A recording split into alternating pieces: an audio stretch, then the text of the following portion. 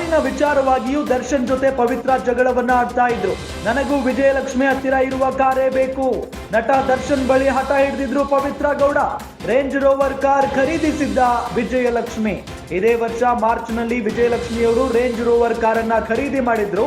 ನನಗೂ ಅದೇ ಕಂಪನಿಯ ಕಾರ್ ಬೇಕು ಅಂತ ಪವಿತ್ರ ದರ್ಶನ್ ಅವರ ಬಳಿ ಹಠ ಹಿಡಿದಿದ್ರು. ಹೀಗಾಗಿ ಪವಿತ್ರಾಗೆ ರೇಂಜ್ ರೋವರ್ ಕಾರನ್ನ ದರ್ಶನ್ ಗಿಫ್ಟ್ ಮಾಡ್ತಾರೆ. ರೇಂಜ್ ರೋವರ್ ಕಾರ್ ಗಿಫ್ಟ್ ಮಾಡಿದ್ರು ದರ್ಶನ್.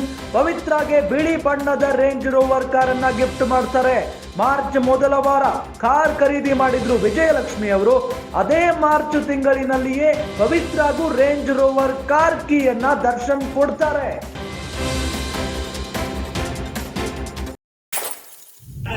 ಅಂದ್ರೆ ನಾನು ಎಲ್ಲದರಲ್ಲೂ ಕೂಡ ವಿಜಯಲಕ್ಷ್ಮಿ ಅವರಿಗೆ ಸರಿ ಸಮಾನಳು ಅನ್ನೋ ನಿಟ್ಟಿನಲ್ಲಿಯೇ ದರ್ಶನ್ ಅವರ ಬಳಿ ವರ್ತನೆಯನ್ನ ಮಾಡಿರೋದು ಈ ಪವಿತ್ರ ಗೌಡ ಅವರು.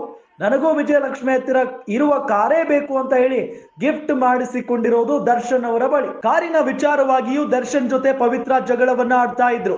ನನಗೂ ವಿಜಯಲಕ್ಷ್ಮಿ ಹತ್ತಿರ ಇರುವ ಕಾರೇ ಬೇಕು. ನಟ ದರ್ಶನ್ ಬಳಿ ಹಠ ಹಿಡಿದಿದ್ರು Pavithra Gowda. Range Rover car ಖರೀದಿಸಿದ್ದ ವಿಜಯಲಕ್ಷ್ಮಿ. ಇದೇ ವರ್ಷ ಮಾರ್ಚ್ ನಲ್ಲಿ ವಿಜಯಲಕ್ಷ್ಮಿ ಅವರು ರೇಂಜ್ ರೋವರ್ ಕಾರನ್ನ ಖರೀದಿ ಮಾಡಿದ್ರು.